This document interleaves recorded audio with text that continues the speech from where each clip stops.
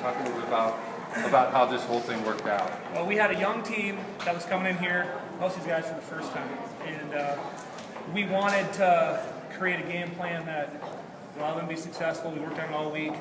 We talked about, number one, taking care of the basketball. But we did a pretty good job for the most part of eliminating like the fast break dunks and layups. Number two is get to the free throw line. We got there.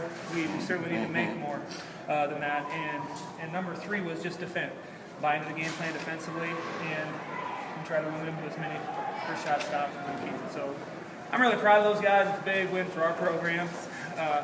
So yeah, certainly there's some emotions, but now the challenge for our young team is we got to get into wrestling and see if we can get into semis and do the same thing. You guys got it quick in the first quarter and really didn't show any intimidation factor at all. I mean, you guys weren't afraid of it. Well, we've qualified 6 of the last 8 years, so all these guys have been around our program. They may not have been playing in the games, but they've been around. So, I was comfortable with those guys going out there and playing. We told Logan Strom and Tyler Hagman that they had to get both 20 plus. I didn't expect it to be an extended action, but they came through when we needed them. They just need to make a few more free throws. So I'll work with them on that in the morning. You got enough energy to get through tomorrow too? I don't know if I have enough energy to get through tonight, but our team, and one thing that really I think sets us apart, a lot of teams that travel in here, we'll get on our bus, we'll head back to Norfolk where it's quiet. The town is down here in Lincoln, so we'll go back where it's quiet, get out of the buzz, and start game planning for whoever we get home. Talked about your team being young. Talk about those two freshmen. Huge performances down the stretch. Yeah, they've done that all year long for us. We've asked them to do that. Thankfully our seniors and our upperclassmen accepted them, and they know how good of players they are. So I'm really proud of them. But we've had so many other performances too. The young kids stepped up, but Stephen Medell hit 2 huge shots for us in the first half. Villapando, I know, made a big layup. I mean, in games like that, there's so many little plays that guys make. Taylor Reedy is a glue guy for us. I don't know if he scored very much, but he helps us do our little things. Yeah. You guys got down 7 early in the fourth quarter. What'd you do to turn it around? Well, we've been playing a 3-2, 1-2-2 type looking thing. Omaha South was going to take us out of that when I got up 7. It was 47-40. We went to 1-3-1. More out of desperation, I think, than anything, just to try to get them to shoot a shot. Because Coach Chubbuck and those guys do a great job. If they have a lead like that, they typically are going to seal it unless they miss a couple shots. But thankfully, we secured a couple rebounds and made enough offensive plays to just kind of keep getting us in the overtime. It seemed like they didn't, at least a couple of times. I think the first three possessions for them, after you went to the 1-3-1, they turned it over. Right.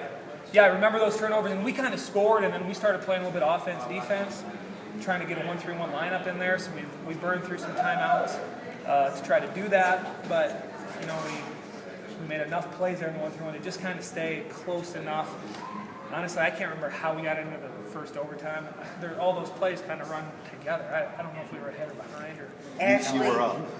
You tied it. No, you. I No, think it was we were tied. behind. You tied We were it first with 47 seconds We were ahead in left one of those. in The fourth first quarter. overtime they scored right at the buzzer, but what about all those possessions at the end overtime where they held it for longer than 30 seconds? A couple times they got 3 chances at it. Yeah. We didn't talk about it, just Well, sweating through that. they're really well coached. Coach Chubbuck does a fantastic job, and they're a disciplined team with great athletes. And I think they're comfortable playing like that. They played like that all year long. They're not going to get in a big hurry. We were just trying to keep them out of the paint. I thought the freshmen, a rope for them, made some big plays in the middle of our zone.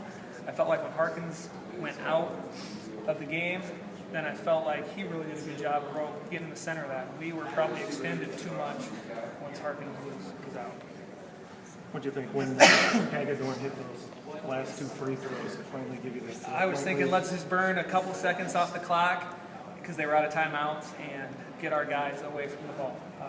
And I was really proud of our team. And I want them to celebrate and enjoy this, but certainly I don't want them to be satisfied. So they're a great group. They went through some hard times together, and they've been through.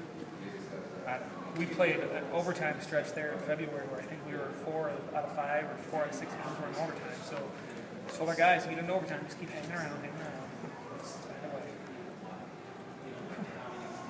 So you like overtime? Well, I like winning in overtime. But I think the overtimes in February may have taken the toll on our team a little bit. I just think winning those games frequently kind of saps you a little bit. So the break after districts was good for us to get some rest and kind of try to reload. So